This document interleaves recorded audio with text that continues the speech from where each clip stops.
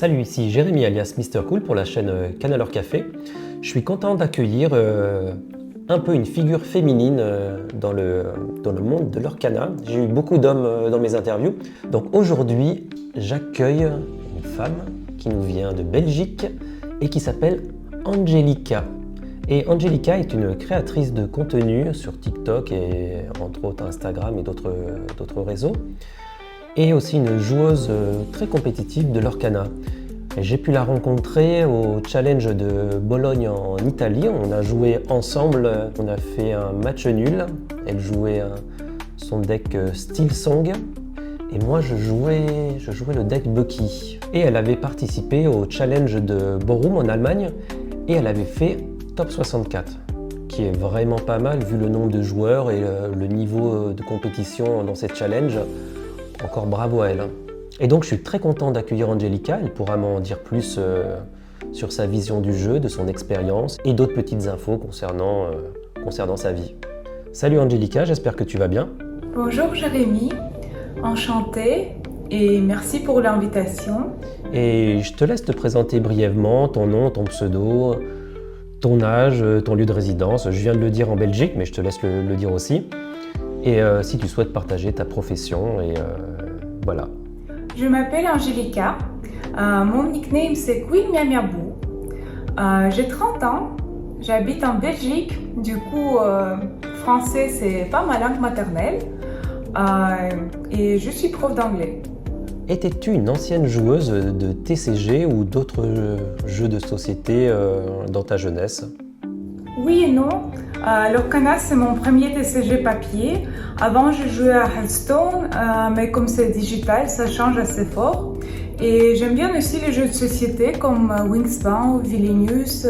Qu'est-ce qui t'a amené vers l'Orcana ? Qu'est-ce qui t'a amené à jouer à l'Orcana ? Est-ce que c'est la collection, l'univers de Disney, le monde compétitif du TCG ? Je crois que c'est l'aspect compétitif qui m'a amené à l'Orcana. Parce que je trouve que les cartes sont jolies, mais pour moi c'est plutôt un sport. Quels sont tes decks favoris que tu aimes jouer et puis les mécaniques que tu apprécies dans l'Orcana ? Mes decks préférés sont rouge-violet et rouge-bleu.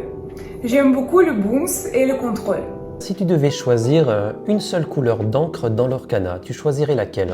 Je crois que ça va être violet parce qu'il y a beaucoup de variétés.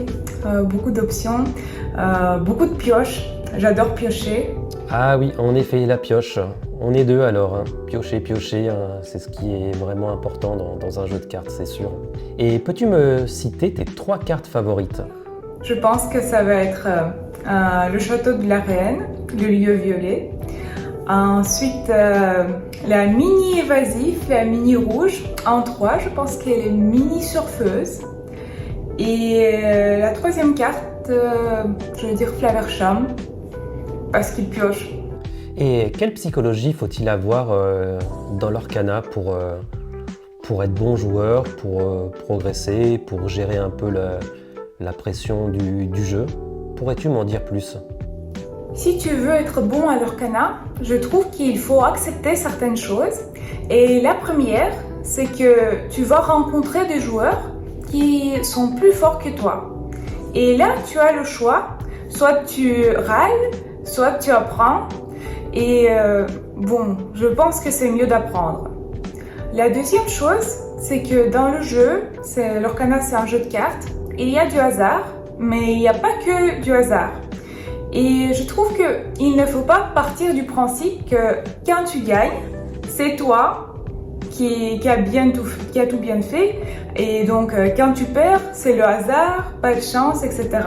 Je pense que c'est mieux toujours d'essayer de revenir dans sa tête en arrière et réfléchir à ce que tu aurais pu faire autrement dans la partie pour gagner la partie.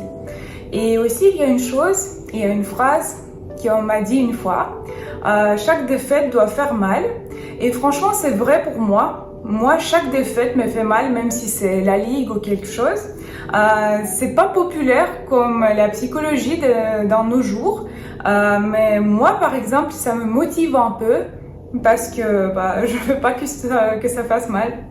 Ah oui, c'est sûr, je comprends, hein. Des fois, on perd des matchs, on est vraiment dégoûté, écœuré, on a envie de tout arrêter. Oui, c'est sûr que ça peut faire mal des fois. Et donc, par rapport à ça, est-ce que tu aurais des petits conseils, des secrets à nous partager par rapport à ton expérience? Je pense qu'il faut surtout définir ce que tu veux dans le jeu, ton but dans l'Orcana. Et est-ce que tu veux t'amuser, juste passer un bon moment et comme ça tu peux jouer dans ta ligue ou à la maison avec tes enfants ou avec tes amis. Et là tu peux jouer tous les decks que tu veux, toutes les cartes que tu veux. Mais si ton but c'est de gagner un challenge l'Orcana ou de faire jour 2 par exemple, là tu dois beaucoup t'entraîner, tu dois consacrer beaucoup de temps à l'Orcana. Tu dois t'entourer de bons joueurs, tester les decks différents, etc. Pourrais-tu me dire ce que tu aimes ou ce que tu n'aimes pas dans l'Orcana? J'aime beaucoup l'aspect compétitif, mais dans le même temps, je trouve que parfois les gens abusent avec des règles de jeu, en essayant de décu leur adversaire pour rien du tout, etc. Ça, je pense que j'aime moins. L'Orcana, et pour moi, c'était nouveau, parce qu'à Hearthstone, tu peux pas faire ça. Et aussi, j'aime beaucoup l'univers Disney et l'ambiance Disney. Et Angelica, quels sont tes autres centres d'intérêt et passions dans la vie ou tes autres compétences extraordinaires que tu pourrais avoir? Mes compétences en dehors de l'Orcana. Je parle 5 langues, mais pas parfaitement. J'adore voyager. J'aime beaucoup mon mari et mes chats. Et je sais aussi ronronner, comme un chat. Ah, une compétence extraordinaire. Donc tu sais ronronner. Eh ben bravo.